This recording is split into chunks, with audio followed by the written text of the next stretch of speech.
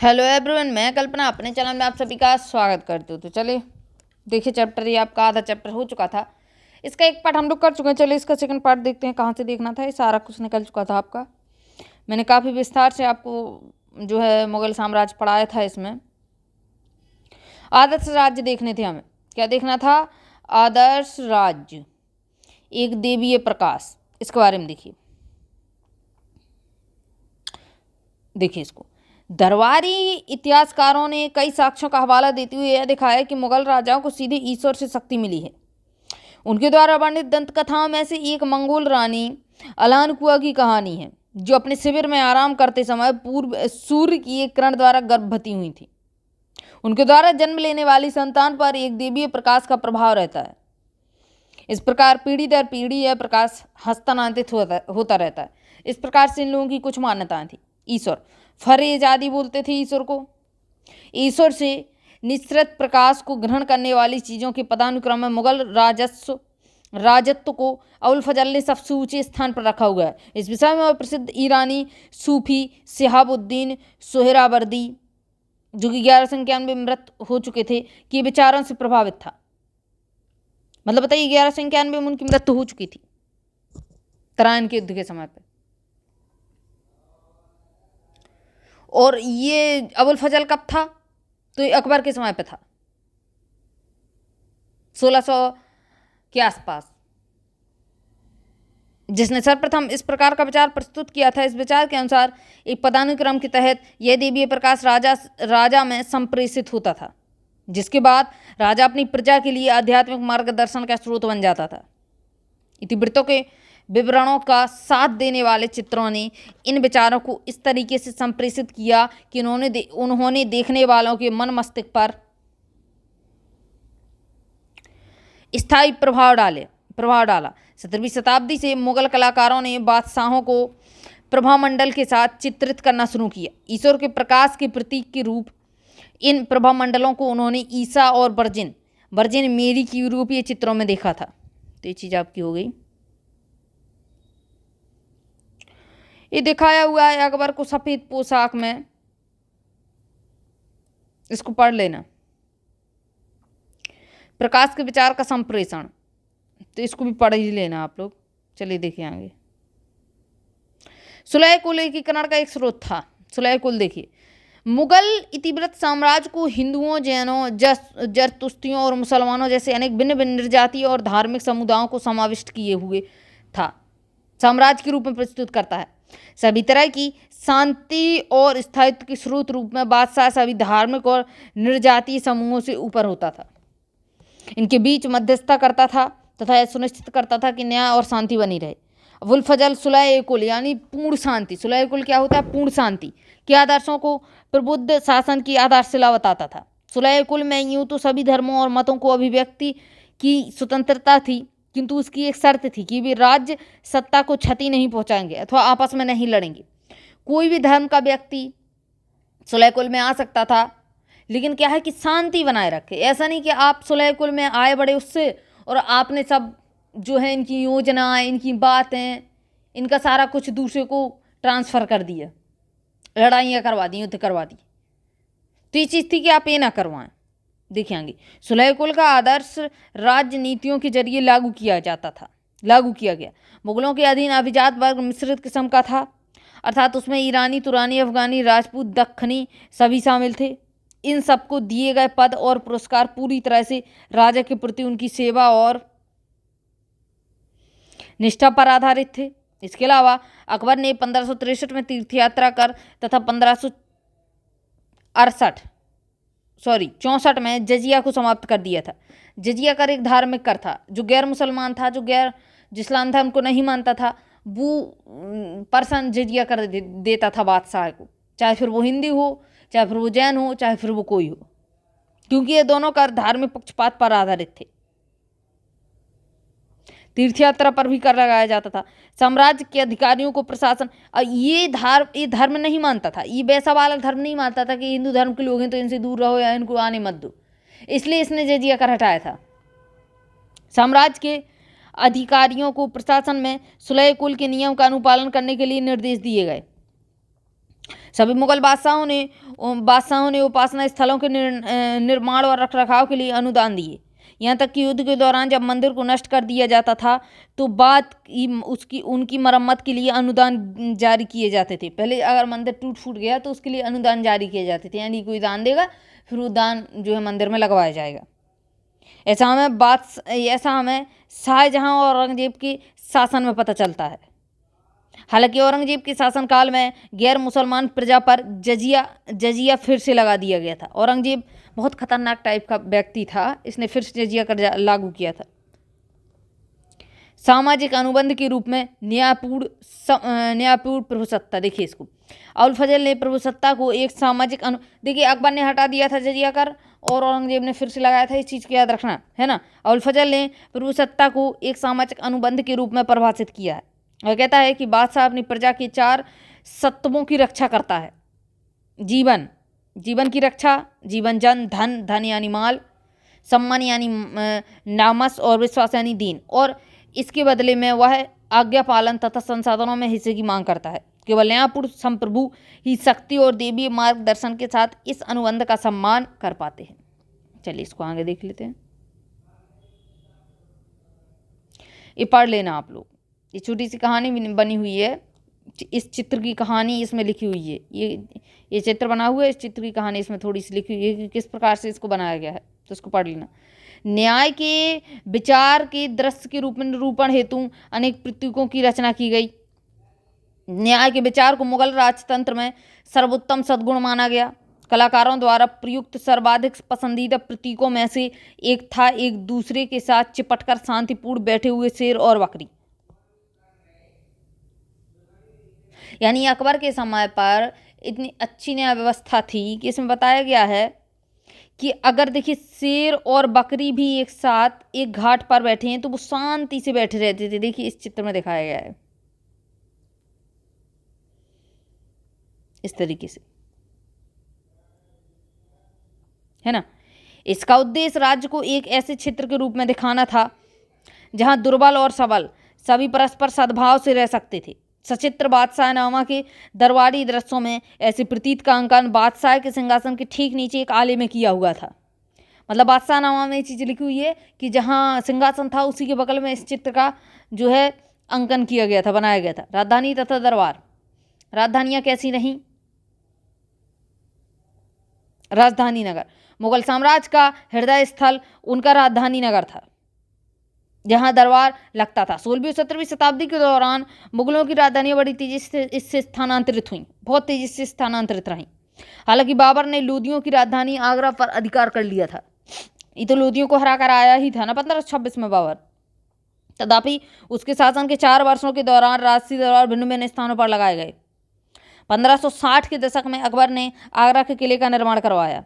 इसे आसपास के क्षेत्रों की खदानों से लाए गए लाल बलुआ पत्थर से बनवाया गया। लाल किले को, इसके आगरा के किले को लाल बलुआ पत्थर से बनवाया गया। 1570 के दशक में उसने फतेहपुर सीकरी में एक नई राजधानी बनवाने का निर्णय लिया। फतेहपुर सीकरी आज का यूपी में आता है। इस निर्णय का एक कारण यह था कि सीकरी अजमेर को जाने वाली सीधी सड़क पर स्थित था और अजमेर तीर्थ स्थल था, है ना, जहां शेख मुइजुद्दीन चिश्ती की दरगाह उस समय तक एक संपूर्ण तीर्थ स्थल बन चुकी थी अजमेर में। मुगल बादशाहों के चिश्ती सिलसिले के सूफियों के साथ घनिष्ठ संबंध बने। अकबर ने सीकरी में जुम्मा मस्जिद के बगल में ही शेख सलीम चिश्ती के लिए सफेद संगमरमर का एक मकबरा बनवाने का आदेश दे दिया था। विशाल मेहराबी प्रवेश द्वार बुलंद दरवाजा के निर्माण का उद्देश्य वहां आने वाले लोगों को गुजरात में मुगल विजय की याद दिलाना था। 1585 में उत्तर पश्चिम को और अधिक नियंत्रण में लाने के लिए राजधानी को लाहौर स्थानांतरित कर दिया। लाहौर, आगरा, है ना, दिल्ली बदलती रही जब जिसको जहां ठीक लगा। और इस तरह 13 वर्षों तक अकबर ने इस सीमा पर गहरी चौकसी बनाई रखी। शाहजहां ने विवेकपूर्ण राजकोषीय नीतियों को आगे बढ़ाया तथा इमारत निर्माण के अपने शौक को पूरा करने के लिए पर्याप्त धन इकट्ठा कर लिया। जैसा कि आपने पहले के शासकों के संदर्भ में देखा, राजतंत्रीय संस्कृतियों में इमारत निर्माण का राजवंशीय सत्ता, धन तथा प्रतिष्ठा का सर्वाधिक स्पष्ट और ठोस प्रतीक था। मुसलमान शासकों के संदर्भ में इसे धर्मनिष्ठा के एक कार्य के रूप में भी देखा जाता था। 1648 में दरबार सेना और राजसी खानदान आगरा से नई निर्मित शाही राजधानी शाहजहानाबाद चले गए। दिल्ली के प्राचीन रियासी नगर में शाहजहानाबाद एक नई और शाही आबादी थी। यहाँ लाल किला, यहाँ पर देखिए आप, बुलंद दरवाजा फतेहपुर सीकरी में मिलता है आपको। और फतेहपुर सीकरी आज की क्या है, आज की यूपी में स्थित है, याद रखिएगा इसको। यहाँ लाल किला, जामा मस्जिद, चांदनी चौक के बाजार की वृक्ष विधि भी थी और अभिजात वर्ग के बड़े बड़े घर थे। बड़े लोगों के, अभिजात वर्ग यानी बड़े लोग। शाहजहां का यह नया शहर विशाल एवं भव्य राजतंत्र की ज़्यादा औपचारिक कल्पना को व्यक्त करता था। मुगल दरबार देखिए, दरबार किस प्रकार से लगता था। शासक पर केंद्रित दरबार की भौतिक व्यवस्था ने शासक के अस्तित्व को समाज के हृदय के रूप में प्रदर्शित किया। इसका केंद्र बिंदु इस प्रकार राज सिंहासन अथवा तख्त था, जिसने संप्रभु के कार्यों को भौतिक स्वरूप प्रदान किया था। इसे एक ऐसे स्तंभ के रूप में देखा जाता था जिस पर धरती टिकी हुई थी। शताब्दियों से भारत में राजतंत्र का प्रतीक रही छतरी शासक की कांति को सूर्य की कांति से पृथक करने वाली मानी जाती थी। इतिवृत्तों ने मुगल संभ्रांतों वर्गों के बीच हैसियत को निर्धारित करने वाले नियमों को बड़ी सुस्पष्टता से सामने रखा। दरबार में किसी की हैसियत इस बात से निर्धारित होती थी कि वह शासक के कितने पास और दूर बैठा हो। मतलब जो शासक के पास बैठा हो, जो राजा के पास बैठा हो, यानी उसकी हैसियत बड़ी है। किसी भी दरबारी को शासक द्वारा दिया गया स्थान बादशाह की नज़र में उसकी महत्ता का प्रतीक था। एक बार जब बादशाह सिंहासन पर बैठ जाता था तो किसी को भी अपनी जगह से कहीं और जाने की अनुमति नहीं थी और ना ही कोई अनुमति के बिना दरबार के बाहर जा सकता था। ये चीज़ थी।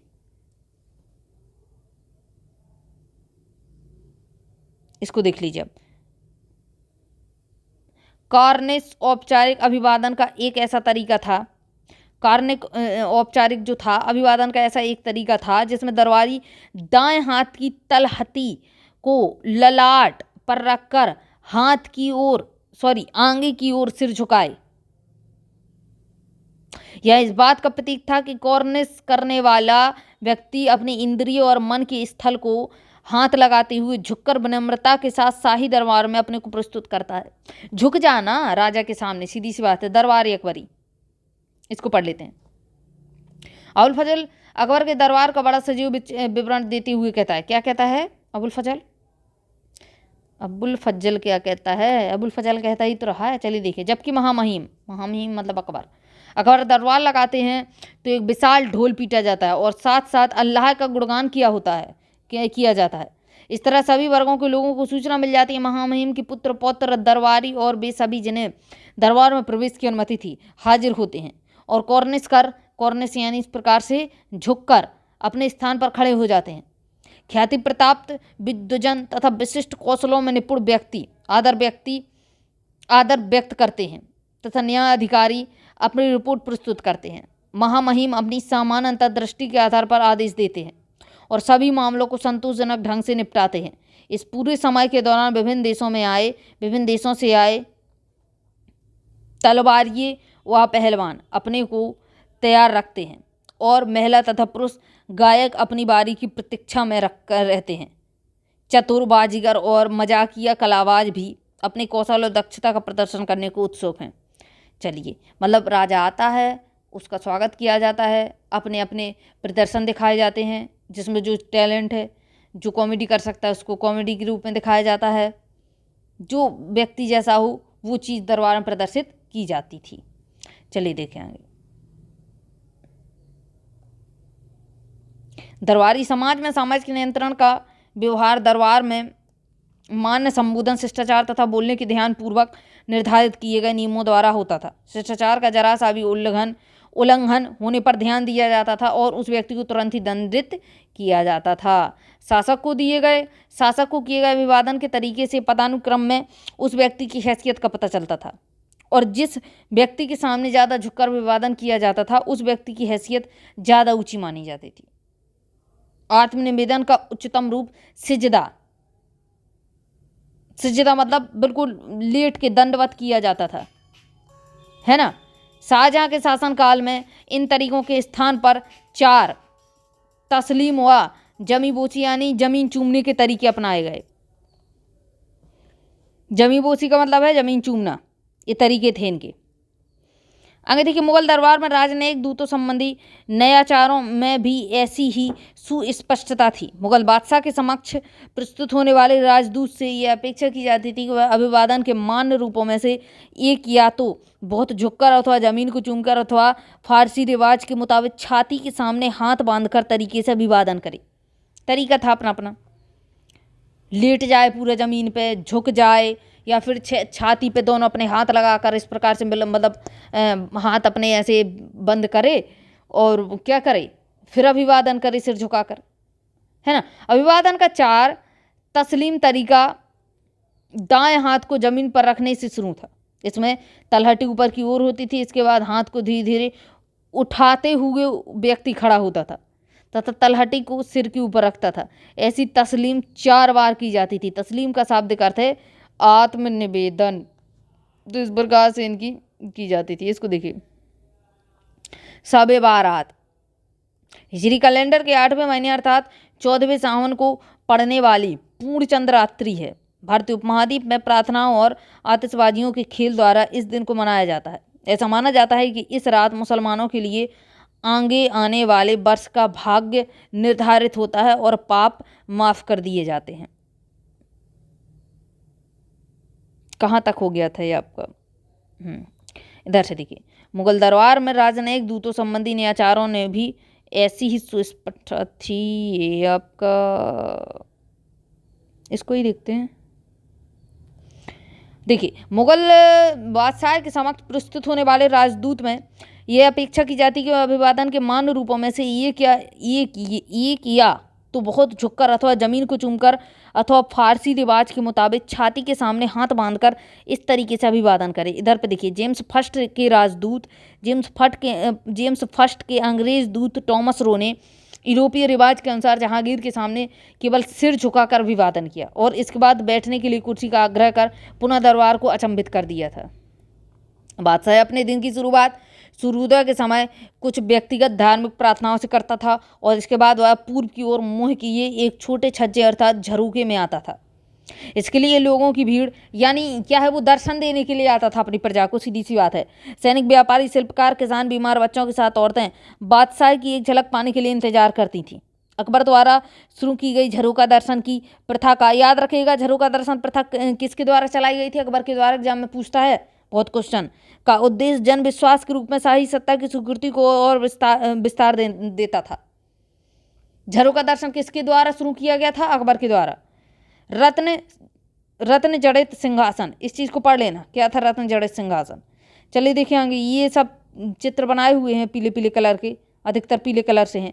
झरोखे में 1 घंटा बिताने के बाद बादशाह अपने सरकार के प्राथमिक कार्यों के संचालन हेतु सार्वजनिक सभा भवन दीवान ए आम में आता था। वहाँ राज्य के अधिकारी रिपोर्ट प्रस्तुत करते तथा निवेदन करते थे। 2 घंटे बाद बादशाह दीवान एक खास में निजी सभाओं और गोपनीय मुद्दों पर चर्चा करता था। राज्य के वरिष्ठ मंत्री उसके सामने अपनी याचिका प्रस्तुत करते थे और कर अधिकारी हिसाब का ब्यौरा देते थे। कभी कभी बादशाह उच्च प्रतिष्ठित कारों अथवा वास्तुकारों के द्वारा बनाए गए इमारतों के नक्शों को देखते थे। सिंहासनारोहण की वर्षगांठ, ईद, सब इबारात तथा होली जैसे कुछ विशिष्ट अवसरों पर दरबार का माहौल जीवंत हो उठता था। सजे हुए डिब्बों में रखी सुगंधित मोमबत्तियां और महल की दीवारों पर लटक रहे रंग बिरंगे बंधनवार आने वालों पर आश्चर्यजनक प्रभाव छोड़ते थे। मुगल शासक वर्ष में 3 मुख्य त्योहार मनाया करते थे। सूर्यवर्ष और चंद्रवर्ष के अनुसार शासक का जन्मदिन और बसंतागमन पर फारसी नववर्ष। ये पूछा जाता है आपका, देखिए इधर पे क्या पूछा जाता है, नौरोज त्योहार पूछा जाता है। तो नौरोज त्योहार अकबर ने ही चलाया था, है ना। जन्मदिन पर शासक को विभिन्न वस्तुओं से तोला जाता था तथा बाद में वस्तुएं दान में बांट दी जाती थी। जितना शासक का वजन था, एक तराजू पे दोनों को तोला जाता था, कीमती वस्तुओं को, और फिर वो वस्तुएं क्या की जाती थी? दान में दे दी जाती थी। इस चीज़ को पढ़ लेना। ये चित्र बने हुए हैं, इसके बारे में ये चीज़ लिखी हुई है कि किस प्रकार से शादियाँ उस समय पे बताइए 32-32 लाख रुपए खर्च कर दिया जाता था। तो शादियों के चित्र बने हुए हैं कि एक राजकुमारी की शादी किस प्रकार से हुई है और उसके बारे में लिखा हुआ है, इसको पढ़ लेना। अंग देखिए, पदवियाँ, उपहार और भेंट किस प्रकार से थे। राज्याभिषेक के समय अथवा किसी शत्रु पर विजय के बाद मुगल बादशाह विशाल पदवियाँ ग्रहण करते थे। जय उद्घोषणा नकीब द्वारा जब इन गुंजायमान और लयबद्ध पदवियों की घोषणा की जाती थी तो वे सभा में विस्मय का माहौल बना देती थीं। मुगल सिक्कों पर राजसी न्यायाचार के साथ शासनर बादशाह की पूरी पदवी होती थी। अंग देखिए, योग्य व्यक्तियों को पदवियां देना मुगल राजतंत्र का एक महत्वपूर्ण पक्ष था। दरबारी पदानुक्रम में किसी व्यक्ति की उन्नति को उसके द्वारा धारण की जाने वाली पदवियों से जाना जा सकता था। उच्चतम मंत्रियों में से एक को दी जाने वाली आसफ खां की पदवी का उद्भव पैगंबर शासक सुलेमान के कल्पित मंत्री से हुआ था। औरंगजेब ने अपने 2 उच्च पदस्थ अभिजातों जयसिंह और जसवंत सिंह को मिर्जा राजा की पदवी प्रदान की थी। क्या बोला था इसने? मिर्जा राजा। पदवियां या तो अर्जित की जा सकती थी अथवा इन्हें पाने के लिए पैसे दिए जा सकते थे। मतलब देखिए, कभी कभी क्या न्यूज आती है बॉलीवुड वगैरह में या खेल वगैरह में कि अवार्ड जो हैं खरीद लिए, आती है न्यूज। बॉलीवुड में ऐसा अक्सर होता है कि अवार्ड खरीद के रख लिए, तो वही चीज यहां है कि पदवियां या तो खुद से मिलती थी आपकी क्षमता के अनुसार, या फिर क्या किया जाता था, पैसों के अनुसार उन पदवियों को खरीद लिया जाता था। मीर खां ने अपने नाम के अलिफ अर्थात आ अक्षर लगाकर उसे अमीर खान, मीर से अमीर रखने के लिए औरंगजेब को 1 लाख रुपए देने का प्रस्ताव किया था। बताइए, ये चीज़ थी, है ना। अन्य पुस्तक मतलब धांधलीबाजी टाइप की, है ना। अन्य पुस्तकारों की सम्मान का जामा भी शामिल था, जिसे पहले कभी ना कभी बादशाह द्वारा पहना गया हुआ होता था। इसलिए यह समझा जाता था कि वह बादशाह के आशीर्वाद का प्रतीक है। सरप्पा सर से पांव तक होता है सरप्पा का अर्थ। एक अन्य उपहार था। इस उपहार के 3 हिस्से हुआ करते थे, जामा, पगड़ी और क्या होता था, पटका। बादशाह द्वारा अक्सर रत्न जड़ित आभूषण भी उपहार के रूप में दिए जाते थे। बहुत खास परिस्थितियों में बादशाह कमल की मंजरियों द्वारा रत्न जड़ित गहनों का सेट, पदम मुरस्सा भी उपहार प्रदान करता था। एक दरबारी बादशाह के पास कभी खाली हाथ नहीं जाता था। एक दरबारी आए तो बादशाह के पास कभी खाली हाथ नहीं आता था।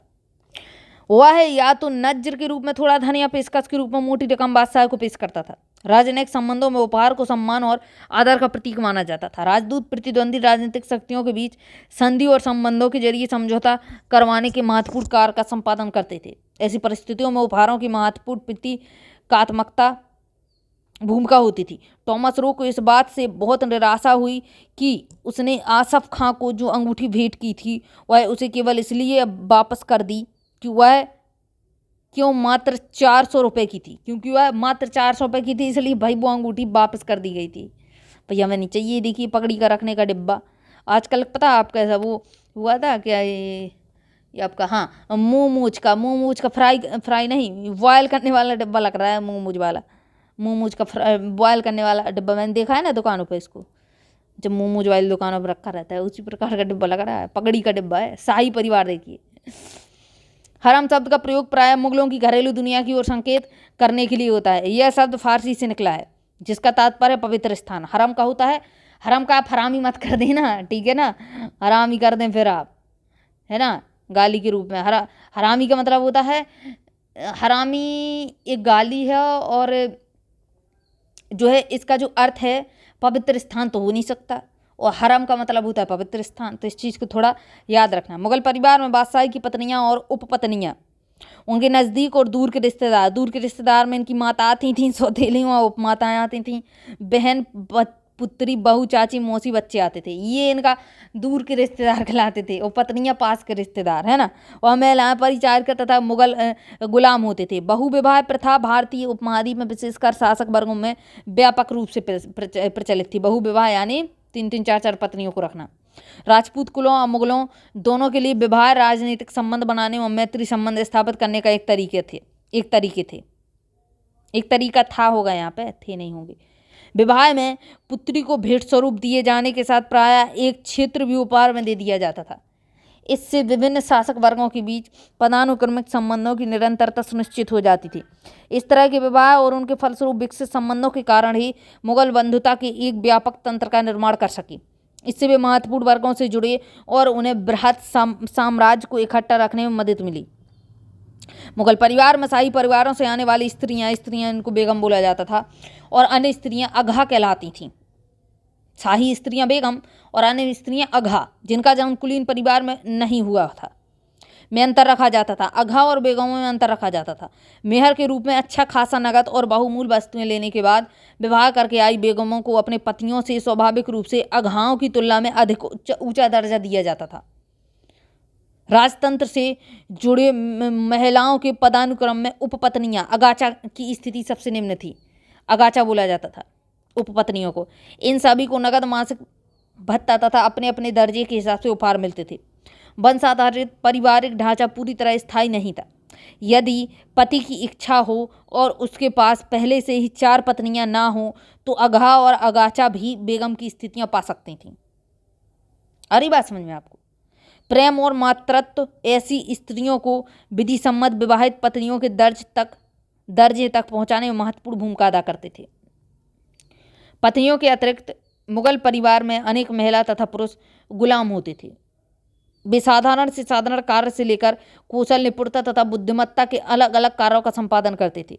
गुलाम हिजड़े, ख्वाजासार परिवार के अंदर और बाहर के जीवन में रक्षक, नौकर और व्यापार में दिलचस्पी देने वाली महिलाओं के एजेंट होते थे। हिजड़े अंग्रेजी के। नूरजहां के बाद मुगल रानियां और राजकुमारियों ने महत्वपूर्ण वित्तीय स्रोतों पर नियंत्रण रखना शुरू कर दिया। शाहजहां की पुत्रियों जहान आरा और रोशन आरा को ऊंचे शाही मनसबदारों के समान वार्षिक आय होती थी। इसके अतिरिक्त जहां आरा को सूरत के बंदरगाह नगर जो कि विदेशी व्यापार का एक लाभप्रद केंद्र था, से राजस्व प्राप्त होता था। यहाँ से कर लेती थी रोशन आरा, जहान आरा, तो रोशन आरा यहाँ से कर लेती थी। देखिए, संसाधनों पर नियंत्रण ने मुगल परिवार की महत्वपूर्ण स्त्रियों को इमारतों आबागों के निर्माण का अधिकार दे दिया था। जहान आरा ने शाहजहां की नई राजधानी शाहजहानाबाद दिल्ली की कई वास्तु कलात्मक परियोजनाओं में हिस्सा लिया। कई चीज़ें इन्होंने बनवाई। इनमें से आंगनवा बाग के साथ एक 2 मंजिला भव्य कारवांसराय थी। शाहजहानाबाद के हृदय स्थल चांदनी चौक की रूपरेखा जहान आरा द्वारा बनाई गई थी। गुलबदन बेगम द्वारा लिखी गई एक रोचक पुस्तक हुमायूंनामा, याद रखिएगा इसको। और ये हुमायूं की बहन थी गुलबदन बेगम। हुमायूंनामा पूछी जाती है किसने लिखी थी? अकबरनामा किसने लिखी थी? अबुल फजल ने। बाबरनामा बाबर ने। अगर हुमायूंनामा पूछ दे तो गुलबदन बेगम। और गुलबदन बेगम और हुमायूं का रिश्ता क्या था? तो ये भाई बहन थे। इस चीज़ को याद रखिएगा, पूछा जाता है एग्जाम में। गुलबदन बेगम द्वारा लिखी गई एक रोचक पुस्तक हुमायूंनामा से हमें मुगलों की घरेलू दुनिया की एक झलक मिलती है। गुलबदन बेगम बाबर की पुत्री थी और हुमायूं बाबर के बेटे थे, और हुमायूं की बहन थी तथा अकबर की क्या थी? अकबर की फूफी थी, है ना। गुलबदन स्वयं तुर्की तथा फारसी में धारा प्रवाह लिख सकती थी। इसको तुर्की और फारसी बहुत अच्छी आती थी। जब अकबर ने अबुल फजल को अपने शासन का इतिहास लिखने के लिए नियुक्त किया तो उसने अपने फूफी से बाबर और हुमायूं के समय के अपने पहले संस्मरणों को लिपिबद्ध करने का आग्रह किया ताकि अबुल फजल उनका लाभ उठाकर अपनी कृति को पूरा कर सके। गुलबदन ने जो लिखा हुआ है मुगल बादशाहों की प्रशस्ति नहीं की, बल्कि उसने राजाओं और राजकुमारों के बीच चलने वाले संघर्षों और तनाव के साथ ही इनमें से कुछ संघर्षों को सुलझाने में परिवार की उम्रदराज स्त्रियों की महत्वपूर्ण भूमिकाओं के बारे में विस्तार से लिखा हुआ है। इसने प्रशस्ति यानी पूरी प्रशंसा नहीं लिखी है हुमायूंनामा में। इसने आंतरिक चीजें लिखी हैं, शाही नौकरशाही, भर्ती की प्रक्रिया तथा पद। मुगल इतिहास विशेषकर अकबरनामा ने साम्राज्य की ऐसी कल्पना दी जिसमें क्रिया और सत्ता लगभग पूरी तरह से एकमात्र बादशाह में निहित होती है, जबकि शेष राज्य को बादशाह के आदेशों का अनुपालन करते हुए प्रदर्शित किया गया है। किंतु मुगल राजतंत्र के बारे में इन इतिहासों से प्राप्त समृद्ध जानकारी को हम ध्यान से देखें तो हम उन तरीकों को समझ सकते हैं जिनमें कई भिन्न भिन्न प्रकार की संस्थाओं पर आधारित शाही संगठन प्रभावशाली ढंग से कार्य करने में सक्षम हुआ। मुगल राज्य का एक महत्वपूर्ण स्तंभ इसके अधिकारियों का दल था, जिसे इतिहासकार सामूहिक रूप से अभिजात वर्ग भी कहते थे। अभिजात वर्ग में भर्ती विभिन्न निर्जातीय तथा धार्मिक समूहों से होती थी, मतलब दूसरी जात से भी भर्ती हो जाती थी। इससे यह सुनिश्चित हो जाता था कि कोई भी दल इतना बड़ा ना हो कि वह राज्य की सत्ता को चुनौती दे सके। मुगलों के अधिकारी वर्ग को गुलदस्ते के रूप में वर्णित किया जाता था, जो वफादारी से बादशाह के साथ जुड़े होते थे। साम्राज्य के निर्माण के आरंभिक चरण से ही तुरानी और ईरानी अभिजात अकबर की शाही सेवा में उपस्थित थे। इनमें से कुछ हुमायूं के साथ भारत चले आए, कुछ अन्य बाद में मुगल दरबार में आए। आगे देखिए, मुगल अभिजात वर्ग पढ़ लेना, इस सब जातियों के बारे में लिखा हुआ है पूरा, पढ़ लेना इसको स्क्रीनशॉट करके।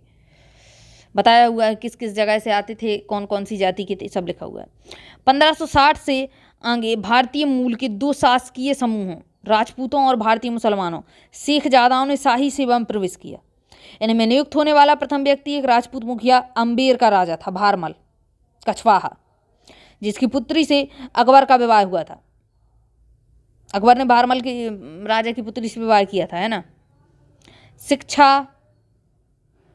शिक्षा और लेखा शास्त्र की ओर झुकाव वाले हिंदू जातियों के सदस्यों को भी पदोन्नत किया जाता था। इसका एक प्रसिद्ध उदाहरण अकबर के वित्त मंत्री टोडरमल का है, जो खत्री जाति का था। जहांगीर के शासन में ईरानियों को उच्च पद प्राप्त हुआ। जहांगीर की राजनीतिक रूप से प्रभावशाली रानी नूरजहां ईरान की थी। जहांगीर की रानी थी जो नूरजहां, वो ईरान की थी, जिसकी मृत्यु 1645 में हुई थी। औरंगजेब ने राजपूतों को उच्च पद पर नियुक्त किया, फिर भी शासन में अधिकारियों के समूह में मराठे अच्छी खासी संख्या में थे। मराठे थे इस समय पर। आगे देखिए कहाँ गया। और सभी सरकारी अधिकारियों के दर्जे और पदों में दो तरह के संख्या विषयक ओहदे होते थे। पहला क्या था? जात। शाही पदानुक्रम में अधिकारी मनसबदार के पद और वेतन का सूचक था, और सवार यह सूचित करता था कि उससे सेवा में कितने घुड़सवार रखना अपेक्षित था। 17वीं शताब्दी में 1000 या उससे ऊपर जात वाले मनसबदार अभिजात कहे गए। कुछ नहीं, अब इस पार्ट में आप आराम से आप लोग पढ़ सकते हैं, पढ़ लेना, इसको स्क्रीनशॉट कर लीजिए, पढ़ लेना खुद से। इधर से स्क्रीनशॉट कीजिए इसको, इतना है ना, इधर से भी स्क्रीनशॉट कर लीजिए। कुछ अब ज़्यादा इतना खास है नहीं इसमें, इसको स्क्रीनशॉट कर लीजिए, करते जाइए और पढ़ लेना मन करे तो। केंद्र से परे क्या चीज़ें थीं? केंद्र से परे का मतलब है कि तो अभी हम मतलब राजधानी की बात कर रहे हैं। केंद्र से परे चीज़ें और बाहरी चीज़ें क्या थीं, पढ़ लेना इसको आराम से आप लोग। सीमाओं से परे क्या था, इस चीज़ को भी पढ़ लेना।